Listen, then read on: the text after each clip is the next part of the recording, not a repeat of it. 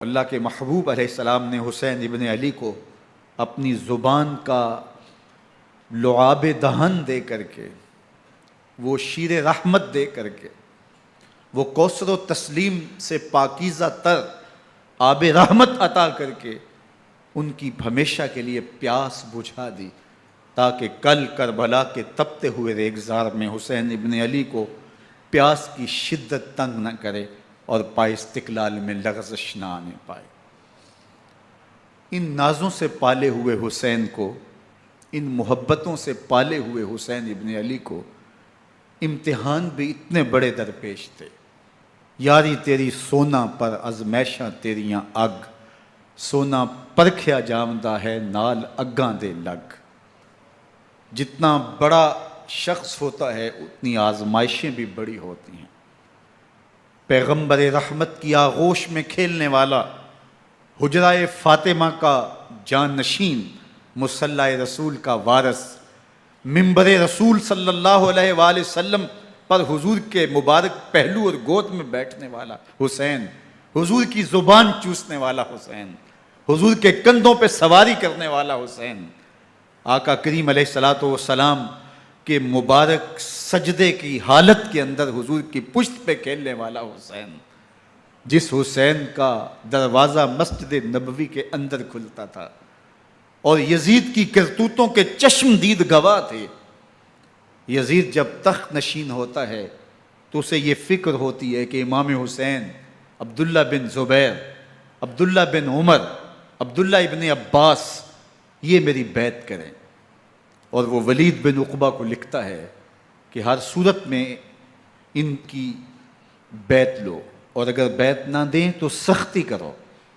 حضرت امام حسین رضی اللہ تعالی عنہ کو بلاوا آتا ہے کہ آپ کو دارالامارت میں گورنر ہاؤس میں بلایا جا رہا ہے، ولید بن عقبہ کا پیغام آپ کو پہنچتا ہے۔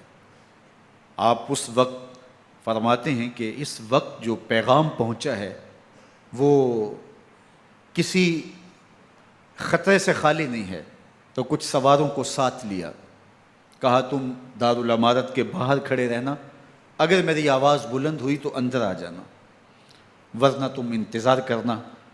آپ اندر گئے۔ ولید بن عقبہ نے مروان کو بھی بلایا تھا۔ مروان بن حکم یہ گورنر مدینہ ولید سے پہلے رہ چکا ہے، تو اس نے مشورہ دیا کہ سختی کی جائے۔ خیر ولید بن عقبہ نے کہا کہ یہ خط ہے، حضرت امیر معاویہ کا انتقال ہو گیا اور یزید تخت نشین ہوا ہے، لہٰذا وہ آپ سے بیعت کا مطالبہ کرتا ہے۔ تو حضرت امام حسین رضی اللہ تعالیٰ عنہ نے فرمایا کہ میرے جیسا شخص یوں چھپ کے بیعت نہیں کر سکتا، اور آپ واپس پلٹے۔ مروان بن حکم نے ولید بن عقبہ کو کہا کہ یہ موقع ہے جانے نہ دیا جائے، اگر یہ نکل گئے تو دوبارہ تم قابو نہیں پا سکو گے، اور انہیں یہیں قتل کر دیا جائے۔ حضرت امام حسین رضی اللہ تعالیٰ عنہ نے یہ بات سن لی۔ کہتے ہیں حضرت امام حسین انہی قدموں کے بل واپس پلٹے اور مروان بن حکم سے مخاطب ہو کے کہا، مروان کیا بول رہا ہے؟ وہ خاموش ہو گیا۔ فرمایا تو جانتا نہیں ہم کون ہیں؟ آنا حسین ابن علی ابن ابی طالب، میں حسین ہوں، میں علی کا بیٹا ہوں۔ ہمارے گھر میں قرآن اترتا رہا ہے، وحی کا نزول ہوتا رہا ہے، اور یزید فاسق ہے، فاجر ہے، مسلمانوں کا قاتل ہے اور شرابی ہے۔ میں ڈنکے کی چوٹ پہ یزید کی بیعت سے انکار کرتا ہوں۔ بس حیدری کچھار سے محمدی شیر نکل آیا ہے۔ اب اوسان خطا ہو گئے، راستہ چھوڑ دیا، واپس آئے، سیدہ زینب سے ملے، کہا مدینے کو چھوڑنا پڑے گا۔ کہا بھیا کیا ہوا؟ کہا یزید بیعت لینے پہ مصر ہے اور میں کسی صورت بھی بیعت نہیں کروں گا۔ رسول اللہ کا مدینہ ہمارے خون سے لالہ زار بنے گا، میں نہیں چاہتا کہ حضور کے شہر نور کی حرمت پامال ہو۔ دوستو وہ کیسا منظر ہوگا جب حسین ابن علی نے آخری حاضری حضور کے روضے پہ دی ہوگی۔ حاجی یا معتمر 10 دن کے لیے، 8 دن کے لیے 20 دن کے لیے مدینہ المنورہ عارضی سکونت اختیار کرتا ہے، اور حضور کے روضہ انور سے، اس شہر نور سے، ان گلیوں سے، ان بام و در سے ایسا مانوس ہو جاتا ہے کہ جب واپس پلٹ رہا ہوتا ہے ان دعاؤں کے ساتھ کہ دوبارہ آنا بھی نصیب ہو، اور اسے لگتا ہے کہ میں دوبارہ بھی بلایا جاؤں گا، لیکن اس کے باوجود شہر حبیب چھوڑنا قیامت سے کم نہیں ہوتا۔ اعظم چشتی مرحوم آخری بار جب حضور کے روضہ انور پہ گئے تو بیمار تھے، ویل چیئر پہ تھے۔ باب بقی سے باہر نکلے تو خادم سے کہا کہ میری ویل چیئر پیچھے سے کھینچو تاکہ میرا رخ روضہ انور کی طرف رہے، اور وہ پیچھے سے کھینچتا چلا جا رہا ہے، اور جب باب مکہ سے پیچھے جنت البقیع کے قریب سے گنبد خضرا نگاہوں سے اوجل ہونے لگا تو اعظم چشتی مرحوم نے کہا، جان بدن سے نکلتی ہے اعظم، جان بدن سے نکلتی ہے اعظم، کوئی آسان ہے مدینے سے جدا ہونا، کوئی آسان ہے مدینے سے جدا ہونا۔ یہ اس شخص کی کہانی ہے جو 10 دن، 5 دن، مہینہ، 2 ماہ وہاں رہتا ہے، اور پھر اس شہر کو چھوڑ کے آنا اس کے لیے آسان نہیں ہوتا۔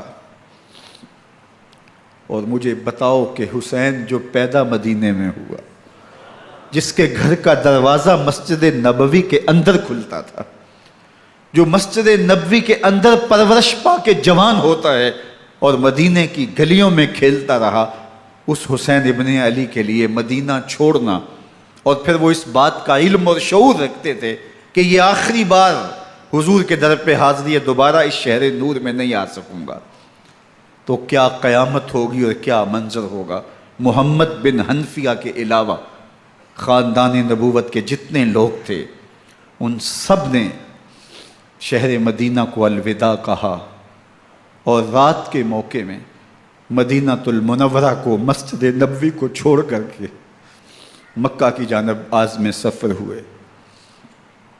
3 شعبان المعظم کو مکہ المکرمہ پہنچتے ہیں، ادھر کوفیوں کے خطوط آنے شروع ہو جاتے ہیں۔ حضرت امام حسین رضی اللہ تعالیٰ عنہ مسلم بن عقیل رضی اللہ تعالیٰ عنہ کو صورتحال معلوم کرنے کے لیے بھیج دیتے ہیں۔ 40,000 کوفی آپ کے ہاتھ پہ بیعت کر لیتے ہیں۔ ادھر 25 پیدل حج کرنے والے حضرت امام حسین 8 ذی الحج کو احرام باندھتے ہیں، لیکن آپ کو پتہ چلتا ہے کہ حاجیوں کے روپ میں قاتل چھپا دیے گئے، تو آپ اس احرام کو حج کی بجائے عمرے میں بدلتے ہیں اور کوفے کی جانب عازم سفر ہوتے ہیں۔ کائنات والو، ذرا سینے پہ ہاتھ رکھ کے دیکھو کہ یہ کتنا مشکل مرحلہ تھا۔ اس دین کی آبرو کو بچانے کے لیے حضرت امام حسین رضی اللہ تعالیٰ عنہ نے کتنا بڑا قدم اٹھایا۔ آپ کے بہی خواہ، دوست، احباب عبداللہ بن عمر یہ سارے روکتے ہیں، عبداللہ بن عباس کہتے ہیں حضرت نہ جائیے، الکوفی لا یوفی، کوفی کبھی وفا نہیں کرتے، آپ کے والد کو وہاں شہید کیا گیا، لیکن آپ ایک فرض کو نبھانے جا رہے ہیں۔ میرے غم گسارو، میرے مہربانوں، نہ روکو مجھ کو جانے دو، مجھے نانے کے دی کی ڈوبتی کشتی بچانے دو، میں جاتا ہوں کہ دنیا پر وفا کا نام رہ جائے، میں رہوں نہ رہوں پر عظمت اسلام رہ جائے۔ میں نہیں جاتا تو نبی کے گھر کی آن جاتی ہے، میں نہیں جاتا تو نبی کے گھر کی آن جاتی ہے، تمہارا دین جاتا ہے، میری غیرت ایمان جاتی ہے۔ حضرت امام حسین یہاں سے چلتے ہیں، ابھی راستے میں ہی پہنچتے ہیں کہ یہ خبر آتی ہے کہ کوفے والوں نے بے وفائی کر دی، حضرت مسلم بن عقیل رضی اللہ تعالیٰ عنہ کو شہید کر دیا گیا، نعمان بن بشیر معزول کر دیے گئے، ابن مرجانہ ابن زیاد وہاں متعین کر دیا گیا، جو سخت گیر شخص تھا، اور اس نے لوگوں کو ڈرایا، دھمکایا، اور کوفے کے لوگوں کے دل بدل گئے اور وہ بیتیں توڑنے لگے۔ وہ منظر مسجد کوفہ کا کتنا دل گداز تھا۔ جب امام نماز کے لیے کھڑے ہوئے تو 40,000 لوگ آپ کے پیچھے تھا۔ جب سلام پھیرا اور امام نے دیکھا کہ پیچھے لوگ نہیں ہیں، پھر لوگوں نے اپنے دروازے بھی بند کر لیے۔ رات کی تنہائیاں ہیں اور حضرت مسلم بن عقیل کو کوئی پناہ دینے والا نہیں ہے۔ لوگوں نے دروازے بند کر لیے کہ کہیں ہمارے گھر میں نہ آ جائیں اور ہم مشقت اور حکومتی تشدد کا شکار نہ ہوں۔ کتنا دردناک لمحہ ہے حضرت مسلم بن عقیل رضی اللہ تعالیٰ عنہ پہ، اور پھر حضرت مسلم بن عقیل بے دردی سے شہید کر دیے جاتے ہیں۔ آپ ابھی راستے میں ہیں، یہ ساری کہانی پہنچتی ہے کہ حضرت مسلم شہید کر دیے گئے اور بے دردی سے شہید کر دیے گئے۔ وہ جنہوں نے خط لکھے تھے کہ ہم آپ کے ساتھ ہیں اور ہم منتظر ہیں، چشم برا ہیں، آپ کے قدموں کی چاپ سننے کے لیے بےتاب ہیں، آج انہوں نے بیتیں توڑ دی۔ 40,000 کوفی منحرف ہو گئے۔ مسجد کوفہ کا وہ منظر کس قدر روح کو تڑپا دینے والا تھا۔ ہم پچھلے سال عصر اور مغرب کے درمیان جب کوفہ پہنچے تو سورج ڈوبنے کے قریب تھا۔ میں نے اپنی زندگی میں اتنا اداس موسم کہیں نہیں دیکھا جتنا اداس موسم کوفے میں دیکھا۔ ایسے لگتا تھا جس طرح کوفے کی آب و ہوا آج بھی شرمندہ ہے۔ جو مسلم بن عقیل اور خاندان نبوت کے ساتھ اہل کوفہ نے کیا، حضرت امام حسین رضی اللہ تعالیٰ عنہ کو ان کے بہی خواہوں نے، اعزاء نے، اقربا نے، دوستوں نے، آوان و انصار نے، ساتھیوں نے کہا کہ حضرت حالات یکسر تبدیل ہو گئے، اب ہمیں مراجعت کر جانی چاہیے، واپس پلٹ جانا چاہیے۔ تو حضرت امام حسین کافی سوچ بچار میں رہے۔ پھر اس کے بعد آپ نے فیصلہ کیا کہ ہم آگے بڑھیں گے۔ دوستوں نے کہا کہ حضرت اگر آپ آگے بڑھیں گے تو ہمیں لگتا ہے کہ وہ آپ کے ساتھ سلوک اچھا نہیں کریں گے اور آپ بچوں کے سامنے پیاس سے شہید کر دیے جائیں گے۔ تو حضرت امام حسین رضی اللہ تعالیٰ عنہ نے وہاں ایک خطبہ ارشاد فرمایا کہ لوگو تم جو مجھے بتا رہے ہو مجھے اچھی طرح معلوم ہے، جو تم مجھے منظر پیش کر رہے ہو وہ میری نگاہوں میں ہے، اور جو کچھ ہونے والا ہے چشم تصور وہ منظر دیکھ رہی ہے۔ کیونکہ حضرت امام حسین رضی اللہ تعالیٰ عنہ کی شہادت کی خبر حضرت امام حسین کے پیدا ہوتے ہی خاندان نبوت میں عام تھی۔ حضور علیہ الصلوۃ والسلام کو یہ بات جبریل امین نے آ کے بتائی تھی جب حسین ابن علی کے ساتھ حضور محبت کا اظہار کر رہے تھے، تو یہ جبریل امین نے آ کے کہا تھا حضور آپ کا یہ بیٹا ارض طف میں شہید کر دیا جائے گا، اور کربلا کی مٹی لا کے حضور کو دی اور ام سلمہ کو حضور نے عطا کر دی۔ حضرت ام سلمہ کہتی ہیں کہ ایک دن میں سوئی تو خواب دیکھا کہ حضور کے مبارک بال بکھرے ہوئے ہیں اور سخت پریشان ہیں، تو میں نے کہا کہ حضور آپ کی یہ کیا حالت ہے؟ وَبِيَدِهِ قَارُورَةٌ، اور حضور کے ہاتھ میں ایک شیشی ہے، فِيهَا دَمٌ، جس کے اندر خون ہے۔ تو میں نے کہا حضور یہ کیا؟ فرمایا میں قتل گاہ حسین سے آ رہا ہوں اور یہ حسین ابن علی کا خون ہے۔ تو کہا 10 محرم کا دن تھا، دوپہر کا یہ منظر تھا، میں کیلولہ کر کے اٹھی، جب میں نے دیکھا تو وہ شیشی جس میں کربلا کی مٹی رکھی تھی وہ خون بن چکی تھی۔ تو یہ خبر پہلے دی گئی تھی، یہ بتا دیا گیا تھا۔ فرمایا میرے دوستو جو تم مجھے بتاتے ہو میں اس سے بے خبر نہیں ہوں، یہ سب کچھ ہونے والا ہے، لیکن اس کے باوجود میں کیوں جا رہا ہوں؟ تو آپ کا ایک تاریخ ساز جملہ ہے جو کربلا کے فلسفے کو ہمارے سامنے رکھتا ہے کہ یہ اتنا بڑا امتحان کیوں دیا۔ حضرت امام حسین رضی اللہ تعالیٰ عنہ نے فرمایا وَلَكُمْ فِيَّ أُسْوَةٌ، میں اس لیے جا رہا ہوں قیامت تک ظلم، جبر اور ناانصافی کے خلاف کھڑے ہونے والوں کے لیے کوئی نمونہ تو ہو۔ میری زندگی قیامت تک ظلم، جبر اور استحصالی نظام کے خلاف کھڑے ہونے والوں کے لیے نمونہ ہے۔ تو حضرت امام حسین رضی اللہ تعالیٰ عنہ نے حق اور باطل کے درمیان ایک سرخ لکیر کھینچ دی اپنے خون سے۔ اب حق اور باطل کا امتیاز کرنا مشکل نہیں ہے، کوئی باطل پہ اڑا رہے تو الگ بات ہے، لیکن امتیاز کرنا مشکل نہیں ہے۔ حدود بالکل واضح کر دیں۔ اقبال نے یہاں کتنی خوبصورتی کے ساتھ اس مضمون کو نبھایا۔ سرخ رو عشق غیور از خون او، شوخی این مصرع از مضمون او، تا قیامت قطع استبداد کر، موج خون او چمن ایجاد کر۔ ایک جہاں آباد کر دیا، حق اور باطل کی راہیں اجال دی۔ اب لوگوں کو یزید کا چہرہ پہچاننے میں دیر نہیں لگتی۔ وقت کے ہر یزید کا چہرہ آسانی سے پہچانا جا سکتا ہے۔ یہ معرفت زمانے کو کروائی کس نے؟ حسین ابن علی نے کروائی رضی اللہ تعالی عنہ۔ تو حضرت امام حسین نے فرمایا کہ جو میرے ساتھ ہونے والا ہے میں اچھی طرح جانتا ہوں، لیکن میں اس کے باوجود آگے بڑھوں گا۔ پھر بڑھے اور کربلا میں جا کے خیمہ زن ہو گئے۔ 7 محرم کو پانی بند کر دیا گیا۔ پانی بند ہوا تو کھانا بھی میسر نہیں تھا، لیکن ذکر پانی کا ہوتا ہے اس لیے کہ کھانے کے بغیر انسان کئی دن کاٹ لیتا ہے، لیکن پانی کے بغیر گزر نہیں ہوتی۔ تو فرات کی نہر سامنے اپنی موجوں کے ساتھ چمک رہی ہے، لیکن ایک قطرہ آب بھی آل رسول کو نہیں دیا جا رہا۔ کائنات کے اندر ایسے انوکھے امتحان بھی ہوتے ہیں۔ وارث ہوں ساقی کوثر کے، مالک ہوں حوض کوثر کے، اور بیٹے ہوں ساقی کوثر کے، اور آج ایک بوند پانی کی بھی میسر نہ ہو۔ صبر کا امتحان ہے، عزیمت کا امتحان ہے۔ حضرت امام حسین رضی اللہ تعالیٰ عنہ خیمہ زن ہو گئے۔ 3 دن تک پانی بند رہتا ہے۔ 9 محرم کو رات کی تنہائی میں حملہ آور ہونا چاہتے ہیں، لیکن آپ نے کہا کہ ہمیں اللہ کے حضور عبادت اور ذکر کے لیے وقت دیا جائے۔ ساری رات ذکر میں گزرتی ہے، عبادات میں گزرتی ہیں۔ رات کے اندھیرے میں آپ چراغ بجھا دیتے ہیں۔ آوان و انصار کو کہتے ہیں کہ ان کی دشمنی میرے ساتھ ہے، انہیں میرا خون چاہیے۔ اگر تم رات کی تاریکی میں نکل جاؤ تو میں تم سے کوئی مواخذہ نہیں کروں گا، اور یہ بھی تمہارا پیچھا نہیں کریں گے، اس لیے کہ ان کا مطلوب تم نہیں ہو، ان کا مطلوب میں ہوں۔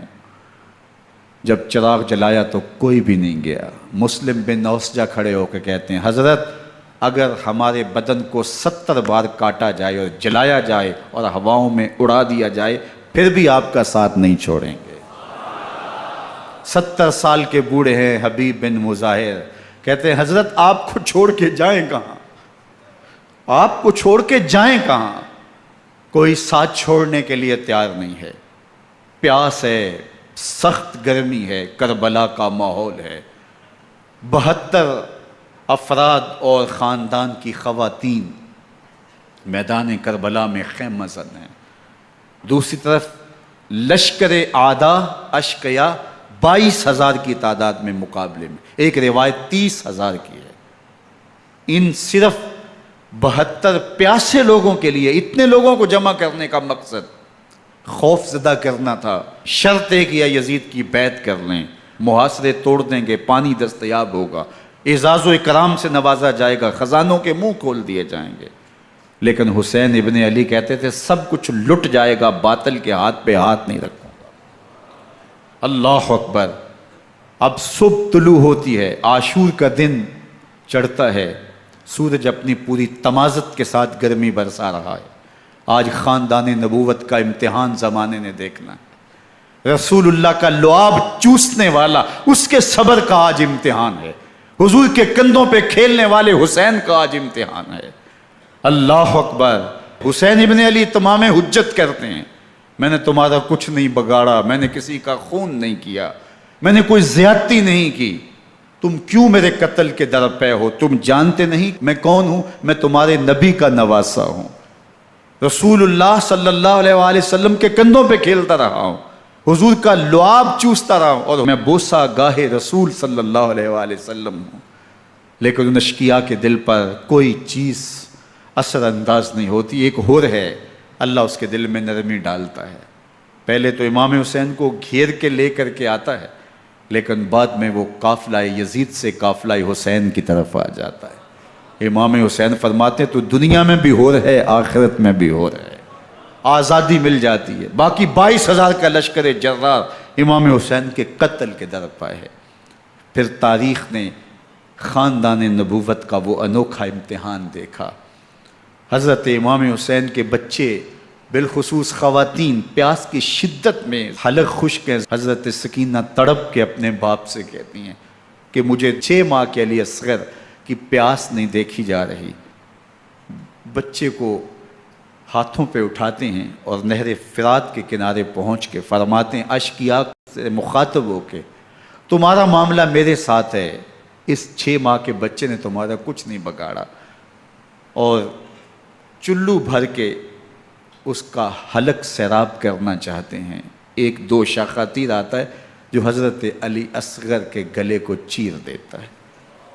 راوی لکھتے ہیں کہ وہ عام تیر نہیں تھا، جانوروں کو شکار کرنے کے لیے جو بڑے تیر ہوتے ہیں وہ 2 شاخہ تیر تھا۔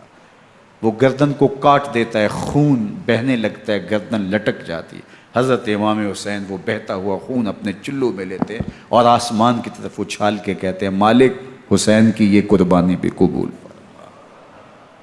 یہ تماشا لب بام نہیں ہے، بچہ بیمار ہو ڈاکٹر جواب دے دیں، ماں باپ کے ہاتھ پھول جاتے ہیں، زندگی کی سانسیں ابھی چل رہی ہوتی ہیں، لیکن ڈاکٹر کہے کہ یہ میرے بس کا روگ نہیں ہے، کہیں اور لے جاؤ، تو زندگی کا لف و نشر غیر مرتب ہو جاتا ہے۔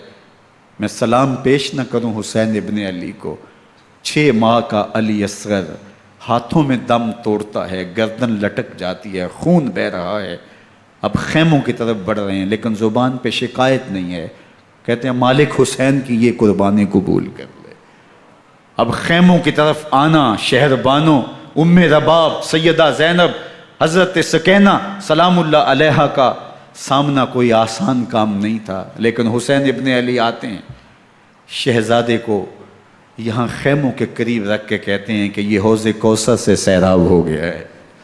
اللہ اکبر، کوہرام مچ جاتا ہے خیموں کے اندر، کیا منظر ہوگا، اور ان کو کن الفاظ کے پیرائے میں ڈھال کر کے ان کیفیات کو بیان کیا جا سکتا ہے جو اہل بیت کے خیموں کے اندر علی اصغر کی شہادت کے بعد کا منظر رقم ہو رہا ہوگا۔ اللہ اکبر، ادھر اشکیا آوازیں دے رہے ہیں، مبارزت کے لیے پکار رہے ہیں۔ زمانے نے پھر وہ منظر بھی دیکھا کہ جوان بیٹے کو 18 سال کی کمائی حضرت امام حسین میدان عمل میں بھیج رہے ہیں۔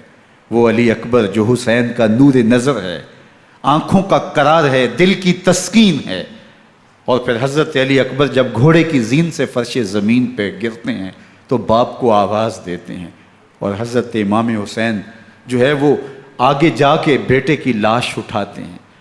اللہ اکبر، 18 سال کے بیٹے کی لاش کو کندھوں پہ اٹھا کے خیموں تک لاتے ہیں اور ہاتھ پھیلا کے کہتے ہیں مالک حسین کی یہ قربانی بھی قبول فرما لے۔ کبھی قاسم بن حسن کی لاش اٹھا کے لاتے ہیں، کبھی اون و محمد کی لاشیں اٹھا کے لاتے ہیں، بھتیجوں کی، بھانجوں کی، بھائی عباس کے کٹے ہوئے بازو اور زخموں سے چھدا ہوا لاشا۔ کیا کیا قیامتیں تھیں جو اس کربلا کے ایک میدان کے اندر نہیں توڑی گئیں۔ حضرت امام حسین پر دکھ پہ دکھ، تکلیفوں پہ تکلیفیں، اب 71 لاشیں اٹھا کے خیموں تک پہنچا چکے، اور ادھر مبارزت کی دعوت دی جا رہی، آؤ میدان عمل میں آؤ، اب دیر کیوں کر رہے ہو۔ رسول اللہ کا حرم، رسول اللہ کی شہزادیاں جو نازوں میں پلی تھیں، وہ کلیاں جو شبنم کا بوجھ بھی گوارا نہیں کر سکتی تھی، آج مصیبتوں کے پہاڑ ٹوٹ گئے۔ حضرت امام حسین کبھی شہربانوں کو، کبھی ام رباب کو دلاسا دیتے ہیں، کبھی حضرت زینب کو کہتے ہیں۔ حضرت زینب کربلا کے اس میدان کے اندر بڑے حوصلے کے ساتھ اپنے بھائی کے ساتھ کھڑی رہی، اپنے 2 بیٹے راہ خدا میں پیش کیے، ان کی لاشیں وصول کیں، لیکن زینب جس جرأت کے ساتھ، جس پامردی کے ساتھ اس سارے منظر کو حوصلے کے ساتھ سہتی رہی، وہ یقیناً حوصلہ سیدہ زینب سلام اللہ علیہا کا ہی ہے، لیکن یہ وہ منظر تھا کہ زینب کا دل بھی ڈول گیا جب حسین ابن علی گھوڑے پہ بیٹھنے لگے اور ان کو گھوڑے میں بٹھانے والا کوئی نہیں تھا، اور جو بھی سوار جاتا پھر واپس اس کی لاش ہی آتی اور حسین ابن علی لے کے آتے۔ آج حسین ابن علی جا رہے ہیں، زندگی کا سارا سرمایہ لٹ رہا ہے. حضرت زینب سلام اللہ علیہا سنبھل نہیں رہی. حضرت امام رضی اللہ تعالیٰ عنہ اٹھے اور آپ نے حضرت زینب کو صبر کی تلقین کی اور کہا کہ صبر ہی بہترین ذریعہ ہے اور اللہ کی قربت کا ایک بہترین سبب ہے. اور ان کو صبر کی تلقین کرتے ہوئے فرمایا کہ میرے بعد تم نے اس ذمہ داری کو سنبھالنا ہے اور ان مخدرات اسلام کی، ان شہزادیوں کے پردے کی تم نے حفاظت کرنی ہے. اور پھر گھوڑے کی زین کس کے امام حسین لشکر اشقیاء کی طرف بڑھتے ہیں. اب خیموں سے سسکیوں کی آواز آ رہی ہے. ان کا سردار، ان کا تاجدار آج سب کو چھوڑ کے کربلا کے میدان کی طرف بڑھ رہا ہے. جرم کیا کیا، قصور کیا کیا، اس نے کیا زیادتی کی کہ آج نیزوں اور انیوں کے مقابلے میں 22,000 کا لشکر حضرت امام حسین پہ ٹوٹ پڑتا ہے. آپ پھر اتمام حجت کرتے ہیں میں نے کسی کو قتل نہیں کیا، خون ناحق نہیں بہایا، میرے خون کے درپے کیوں ہو، اپنی آخرت کیوں برباد کرتے ہو، تم جانتے نہیں میں کون ہوں، میں تمہارے نبی کا نواسا ہوں. لیکن ابن زیاد کہتا ہے مقابلے میں آؤ. پھر حضرت امام حسین رضی اللہ تعالیٰ عنہ مقابلے میں آتے ہیں اور جب گھوڑے کو ایڑ لگا کے دشمن اشقیاء پہ ٹوٹتے ہیں تو پھر ایسا منظر ہوتا ہے کہ وہ بھیڑ بکریوں کی طرح آگے بھاگتے ہیں. 71 زخم کلیجے پہ لیے شجاعت کا یہ پیکر جب میدان میں آتا ہے، آواز آتی یہ کون ذی وقار ہے، بلا کا شاہ سوار ہے، لباس ہے پھٹا ہوا غبار سے اٹا ہوا، تمام جسم نازنی چدا ہوا کٹا ہوا، یہ نبی کا نور عین ہے، یہ بال یقین حسین ہے، یہ حسین ابن علی ہے رضی اللہ تعالیٰ عنہ. پھر چاند بادلوں میں گھر جاتا ہے، شامی ہنڈے تیر برساتے ہیں، تلواروں سے آپ کے بدن پر ضربیں لگاتے ہیں اور نیزوں سے آپ کے بدن کو پرو دیتے ہیں. جب آپ کا پیراہن بعد میں اتارا گیا تو آپ کے پیراہن میں 122 سوراخ تیروں کے تھے، 33 زخم تلواروں کے اور 34 گھاؤ نیزوں کے تھے. جب گھوڑے کی زین سے فرش زمین پر آئے بدن چھلنی تھا، زخم سے خون بہ رہا تھا. 3 دن کا پیاسا حسین، اللہ اکبر، بدن زخموں سے چور، 71 لاشیں کلیجے پہ لیے، مخدرات اسلام کے پردے کا خیال دل میں الگ ہے. لیکن گھوڑے کی زین سے جب فرش زمین پہ امام حسین آتے ہیں، زبان پہ ہائے نہیں، نالا و شیون نہیں، چیخ و پکار نہیں، آتے ہی پیشانی سجدے میں رکھتے ہیں اور پکارتے ہیں اللہم ردن بقضائک و صبرن علی بلائک تسلیمن لامرک سبحان ربی الاعلی. مالک گھر لٹا کے، بچے لٹا کے، خاندان سب کچھ قربان کر کے، اپنے بدن کو زخموں سے چھلنی کروا کے، تیروں اور نیزوں کی انیوں سے اپنے آپ کو زخمی کروا کے، تیرے حضور سر جھکا کے یہ اقرار کرتا ہوں کہ حسین تیری تقدیر پہ راضی ہے. مالک تو بھی بتا، تو بھی حسین پہ راضی ہوا ہے کہ نہیں ہوا. آواز آ رہی ہے اس پیاسے پر علی شیر خدا کو ناز ہے، اس نواسے پر محمد مصطفیٰ کو ناز ہے. اوروں نے بھی سجدے کیے پر اس کا عجب انداز ہے، اس نے وہ سجدہ کیا جس پر خدا کو ناز. حسین ابن علی رضی اللہ تعالیٰ عنہ کا سر انور دستے قاتل نے تب کاٹا جب وہ سجدے میں جھکا ہوا تھا. یزید نے کہا میں بیعت لوں گا، امام حسین نے کہا کبھی بھی نہیں دوں گا. یہ سر کٹ سکتا ہے، جھک نہیں سکتا. سر کاٹ کے نیزے کی نوک پہ چڑھا دیا گیا اور یہ اس بات کا اعلان تھا کہ ہم جیت گئے اور حسینی ہار گئے. اور لشکر یزید میں غوغا مچ گیا، نقارے بجنے لگے کہ ہم جیت گئے، دیکھو امام حسین شہید کر دیے گئے، اور سر کاٹ کے نیزے کی نوک پہ چڑھایا گیا. لیکن لشکر یزید سے ہی آواز آئی یہ کیسا سر ہے جو کٹ کے بھی سر بلندی ہے، کٹ گیا ہے پھر بھی اونچا ہے. اللہ اکبر، یہ سر سجدے میں کٹا ہے، رب کے حضور عبادت کی حالت میں کٹا ہے. حسین آج بھی سجدے میں ہے. اللہ اکبر، حسین آج بھی سجدے میں ہے، بلکہ کٹے ہوئے سر کا رخ زمین کی جانب تھا اور کٹی گردن آسمان کی طرف، یوں نیزے پہ پرویا گیا. اللہ اکبر، ایک شاعر نے نقشہ کھینچا بآنکھ سر نیزے پہ اور سوئے زمیں ہے روح، یعنی سجدہ ثانی کی ہے آرزو. رکعت کے 2 سجدے ہوتے ہیں، ابھی ایک سجدہ ہوا تھا کہ دست قاتل نے سر کاٹ دیا، کہا حسین کی پیشانی میں دوسرے سجدے کی تمنا مچل رہی ہے۔ یہ تھا حسین ابن علی کا سجدہ، ساری زندگی رب کے حضور سجدہ قضا نہیں ہونے دیا۔ آج پانی نہیں ہے، اللہ اکبر، آج تیمم کر لیتے ہیں، آج اپنے خون کو اوڑھ کر کے حسین نے اپنی پیشانی اپنے مالک کے حضور جھکا کر کے عظیمت کی وہ انوکھی داستان رقم کر دی کہ صدیاں گزرنے کے باوجود بھی ان کی یادوں کے چراغ روشن ہیں۔ جب حضرت امام حسین اور دوسرے اعیان و انصار کو شہید کر دیا گیا تو ان کے سر نیزوں کی نوک پہ چڑھا دیے گئے۔ حضرت امام حسین کا کٹا ہوا سر اور باقی 71 افراد کے کٹے ہوئے سر نیزوں کی نوک پہ، اور 10 سواروں کو ابن سعد نے کہا کہ ان کو رون دو، اور گھوڑوں کی ٹاپوں تلے حضرت امام حسین رضی اللہ تعالیٰ عنہ اور ان کے آوان و انصار کو جو ہے وہ روندا گیا، حتیٰ کہ ان کی استخوان مبارک، ان کی ہڈیاں بھی چور چور ہو گئیں۔ روننے سے قبل ان کا لباس اتار لیا، ان کے کپڑے اتار لیے گئے۔ اللہ اکبر، کیسی دردناک گھڑیاں تھیں۔ یزید کا صرف یہی بد کرداری کا مرحلہ نہیں تھا، اس کربلا کے صحرا کے اندر یزید نے جس طرح امام حسین رضی اللہ تعالیٰ عنہ کو شہید کیا اور حضرت امام حسین کے خاندان کو شہید کیا، جب مدینہ المنورہ پر یزید نے مسلم بن عقبہ کو مقرر کیا، جس کو بزرگوں نے مصرب بن عقبہ کہا ہے، تو اس کو کہا 3 دن تک مدینے کا حرم تمہارے لیے حلال ہوگا، جو چاہو تم کرنا، اور شامی فوجوں کو اجازت ہوگی۔ تو وہاں بھی انہوں نے 10,000 تابعین اور 700 صحابہ کو شہید کیا۔ حضرت ابو سعید خدری رضی اللہ تعالیٰ عنہ گھر سے باہر نکلے، کافی بوڑھے ہو چکے تھے، تو انہوں نے حضرت ابو سعید خدری کو پکڑ لیا، کہا تم کون ہو؟ کہا مجھے ابو سعید خدری کہتے ہیں۔ تو کہا ہاں تمہارا نام سنا ہے، اور داڑھی سے پکڑ کے کھینچا اور کہا کہ ہے تمہارے پاس جو ہمیں دو؟ تو کہا کہ میرے پاس تو کچھ بھی نہیں، میں تو فقیر آدمی ہوں۔ تو ان کے گھر ان کو لے گئے، تو 2 کبوتر رکھے تھے حضرت ابو سعید خدری نے، تو وہ کبوتر لوٹ کے لے گئے۔ اللہ اکبر، حضرت ابن سنان رضی اللہ تعالیٰ عنہ کو، جو حضور کے علم بردار تھے فتح مکہ کے دن، ان کو ستو پہلے پلائے اور پھر ان کی گردن کاٹی گئی اور کہا یہ ہے وہ ستو جو تم زندگی میں آخری بار پیو گے۔ ایک گھر میں داخل ہوئی شامی فوج، تو ایک خاتون کے ابھی بچہ پیدا ہوا تھا، اور قابلہ نے، دائیہ نے وہ بچہ ماں کی چھاتی پہ لٹایا، اور وہ ماں کا پہلا دودھ پی رہا تھا۔ تو یہ جا کے کہنے لگے نکالو تمہارے پاس جو کچھ ہے۔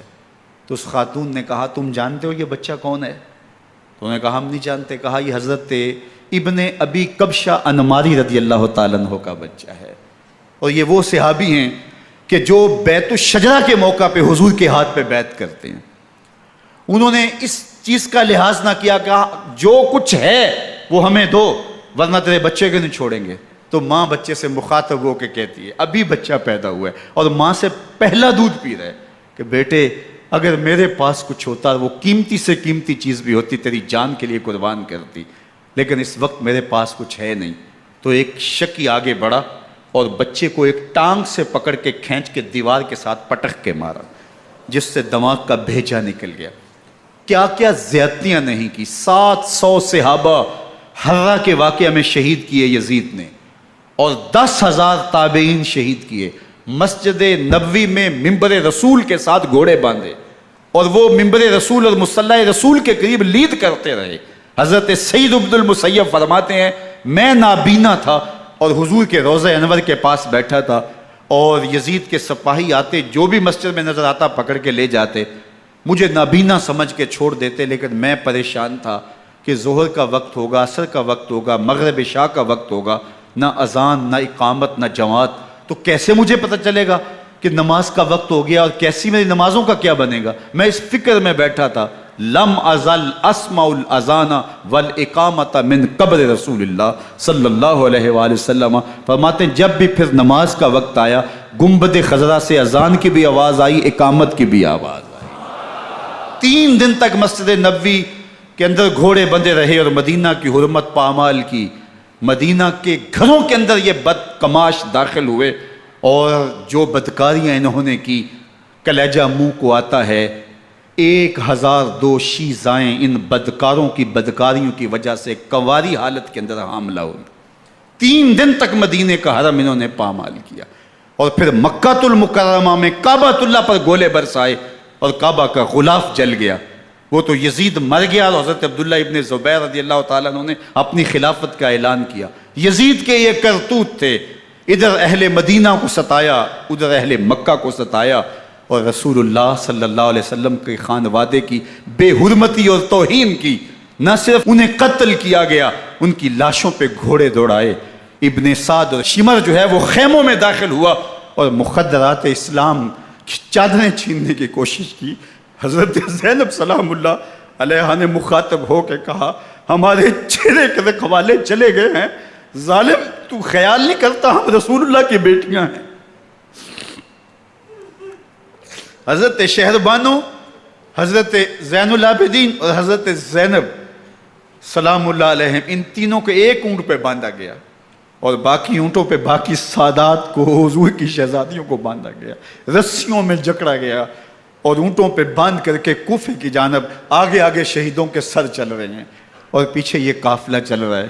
اور جب یہ قافلہ وہاں سے گزرا جہاں لاشیں پڑی تھی، امام زین العابدین 14 سال کے تھے اور بیمار تھے، اور ان کا حوصلہ نہ ہوا، وہاں غشی ان کے اوپر آنے لگی، اور وہ منظر ابن کثیر نے، باقی لوگوں سب نے لکھا ہے کہ پھر جب ان کی یہ حالت ہوئی تو پھر سیدہ زینب سلام اللہ علیہ، جنہوں نے ابھی تک بڑے حوصلے کے ساتھ ساری مشکلات کا مقابلہ کیا تھا، اب ان کے بندھن ٹوٹ گئے اور آنکھوں سے آنسو بہنے لگے، اور سیدہ زینب تھے امام حسین رضی اللہ تعالیٰ عنہ کی لاش پہ کھڑے ہو کے، اور وہ روندی ہوئی لاش، ٹوٹی ہوئی ہڈیاں، اور وہ برینا بدن، کٹا ہوا سر نیزے کی نوک پہ، اور لاش یہ پڑی ہے، تو حضرت سیدہ زینب نے مدینے کی طرف منہ کر کے جو ہے وہ حضور سے فریاد کی، یا محمد آہو، یا محمد آہو، ھذا حسین بالآراء مزمل بالدماء، یا محمد آہو بناتوں کا سبایا۔ یا رسول اللہ، اے پیارے آقا، یا جد آہو، اے ہمارے نانا محترم، یہ دیکھیے آپ کا حسین پڑا ہوا ہے، بدن سے کپڑے اتار لیے گئے، خاک ہوائیں اڑا رہی ہیں، اور اس کے اوپر چادر جو ہے وہ مٹی کی پڑ گئی ہے۔ حضور آپ کی اولاد کاٹ دی گئی، اور پھر کہا بناتوں کا سبایا، حضور دیکھیے آپ کی بیٹیوں کے ہاتھ باندھ دیے گئے ہیں، اونٹوں پہ کس دیا گیا ہے، سر شہیدہ آگے آگے چل رہے ہیں، اور حضرت سیدنا امام حسین کا آگے آگے سر ہے۔ راستے کے اندر ایک جگہ آئی، رات گزری اور ان کو اتارا گیا۔ رات کا موقع تھا، ایک خاتون آئی اور اس نے کوئی کھانا پیش کیا ان کو، اور کہا کہ میں کسی زمانے میں حضرت سیدہ فاطمہ زہرا کی نوکری کیا کرتی تھی، ان کی لونڈی تھی، ان کی کنیز تھی، اور آج مجھے پتہ چلا کہ آپ لوگ گزر رہے ہیں، تو میں نے کہا کہ میں اپنی مخدومہ کے خاندان کی خدمت کروں۔ اور پھر اس نے کہا کہ اس وقت سیدہ کی گود میں ایک 6-7 ماہ کی بچی تھی جس کو زینب کہا کرتے تھے، تو سیدہ زینب نے کہا کہ اماں اگر پہچانتی ہو تو وہ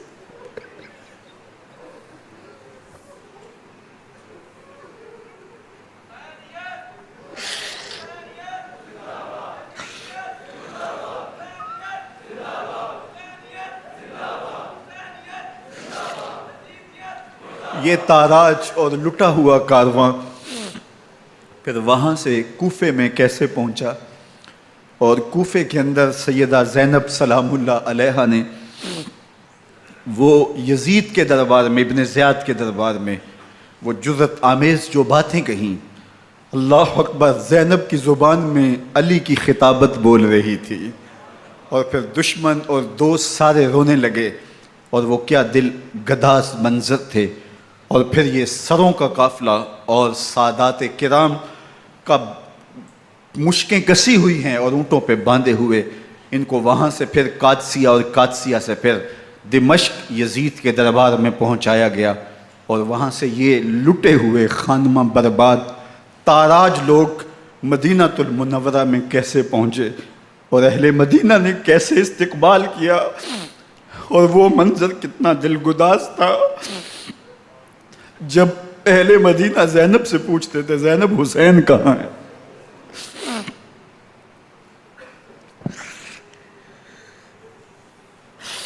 بے مروت بے وفا تیرا بھی کیا افسانہ ہے، جس نے اپنی ہی شمع کو گل کیا تو وہ پروانہ ہے۔